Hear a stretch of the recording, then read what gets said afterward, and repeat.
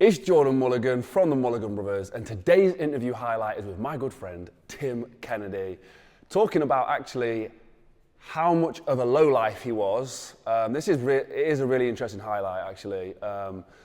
It's basically, he was in a really bad point of his life. He himself says he was a lowlife, and 9/11 changed that for him. And yeah, this is that story, and it's a it's striking. It's a very striking message. Today's video was sponsored by Mulliganbrothers.com, where you can now buy the Inspire Change t-shirts, the Not a Journal, the Hardest Working Room t-shirts, all linked down below. It's what makes this possible, so thank you very much.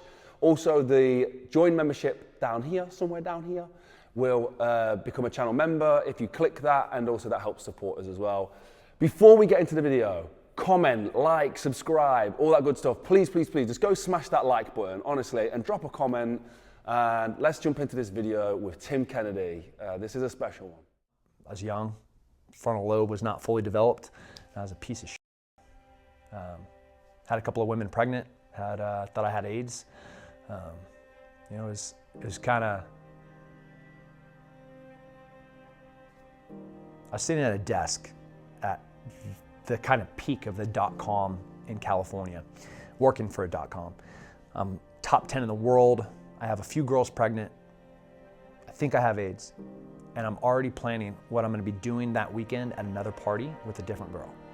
So like the level of a piece of shit that I was is pretty indescribable. Watching a plane slam into a building, another plane slam into a building, and then I'm watching Americans walk up to a window and look down and try and decide if they're gonna jump to their death or if they're gonna burn alive. Like those are their two options. And like 5 minutes before that, I was literally debating in my mind what girl I'm gonna hook up with and what pants, what jeans I'm gonna wear. And that still wasn't rock bottom of me being a piece of shit. So, like, to answer your question, that period is just a lot of shame. So I was a professional fighter, and as an amateur, I was already winning championships like all over the nation and traveling to do underground fights. So I was 30-1 coming in as an amateur turning pro. My first fight, I lose as a pro. I'm one of Chuck Liddell's training partners, Eric Schwartz, Gan McGee, Scott Adams, kind of like the who's who of early MMA Generation 1.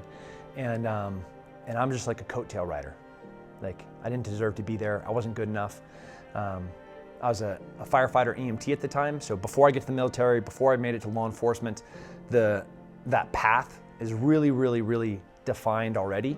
Like, graduate from high school a couple of years early.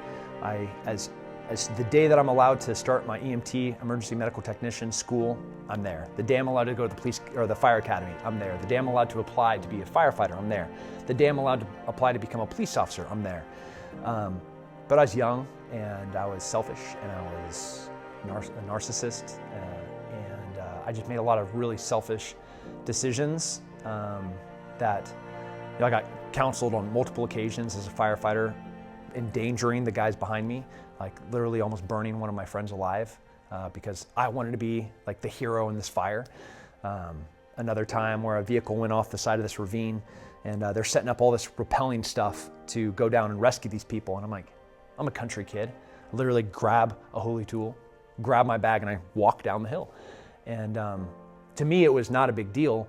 But then, you know, afterwards, like, you know, had you got hurt, had you fallen, and now we're not rescuing just the people that are hurt, but we're rescuing you. You know, like you were making the matters worse, and there's no telling what could have happened. You know, like you could have started all of these rocks and this real shell, soft dirt that I was walking down, an avalanche. You know, like you could have just made it so much more horrific than it already was because you want to be a hero. There was a lot of that in that kind of period of my life where I was figuring out. That was the start of the turn. That was that definitely started trending where I started not being such an ethnocentric, like selfish piece of shit. But it was definitely not like, boom, Tim's a good person. My first deployments to Iraq, not a good person. You know, my first Special Forces ODA that I show up at, you know, like I think I'm the best in the world at all these different things. I'm a brand new noob that knows nothing about anything. So it was the beginning. Definitely not a overnight change, but it was the start of, man, I got to do something. This fucking generation, they see an Instagram photo and they see somebody standing on top of Mount Everest, picturesque, right? It looks like they're nearly in space. And man, so cool, top of Everest, top of the world, right? What they didn't see was the training of crotch rot, where that person's sweating, in lower altitudes and heat, and getting the bottom of their feet falling off from gross water immersion and exposure, where they have like chunks of their face and neck that are just falling off from the cold weather, or their nose, which is partially missing. They don't see any of that stuff. They just see a single moment. So I think the two most compelling things that shape a person are failure and shame. And my life is packed with shame and failure. I'm not saying you have to rush to failure, but people are so scared of failure now. And you hear all these same things, like Michael Jordan would have scored so many points had he not taken all those shots. Or Babe Ruth wouldn't have hit all those home runs unless he stepped up to the plate. And they're all so irritating because they're all so cliche. But they were there, right? They did strike out. They did fail. They were like not even considered to come on and play for their high school team because they weren't good enough. And every one of those moments, if you go back to me as a baby, where the doctor is looking at me and he's saying, you have a heart murmur, to my parents, you have a heart murmur so terrible, we either have to do surgery or you're going to be a decrepit child for the rest of your life. That was me as a baby. My parents were torn between this decision. So as for me, 2, 3, 4, 5, 6, I was the smallest, I was the weakest. And there was a period of time where I'm like kind of prepubescent, where my brother, who's a giant and an athlete, and his body definitely didn't ever have to struggle. The game was, can we get Tim in the pool? That was the game. He and his friends would pick me up and try to carry me and throw me in the pool. And they were able to do this for like a year. And then it was a fight, and they'd end up kind of bloody. And then the next year, it was 2 or 3 of them ended up in the pool. And then by the time I'm 12, they're missing fingers, there's chunks of their cheek that's off, I am dry, and half of them are in the water. Right? But like, would I have ever gotten there had I not been humiliated, had I not been shamed, had I not struggled, and had I not failed, had I not been in the drink? Even go back to a kid again, where I'd crawl over and I'd jump in the pool. My first memory ever that I can remember is being in the water, looking up at my dad, who's standing over me as he's letting me stay in the drink to drown. I find out later that was like the 5th time that I'd crawl over and jumped into the pool. And he grabbed me, crawled over, jumped again. And he's like, I'm just gonna leave him there for a little bit. So he left me there. And the only way I learned to not drown was by my dad leaving me in there for a few more seconds. He's not gonna let me drown. He's not gonna let me get hurt. But the only way that me, who I am as a person, would learn was through failure and through suffering. It is so important. And now in 2022, where everybody wants comfortable and everyone, we're complacent. Hard men make good times make weak men make hard times. Like we're living that.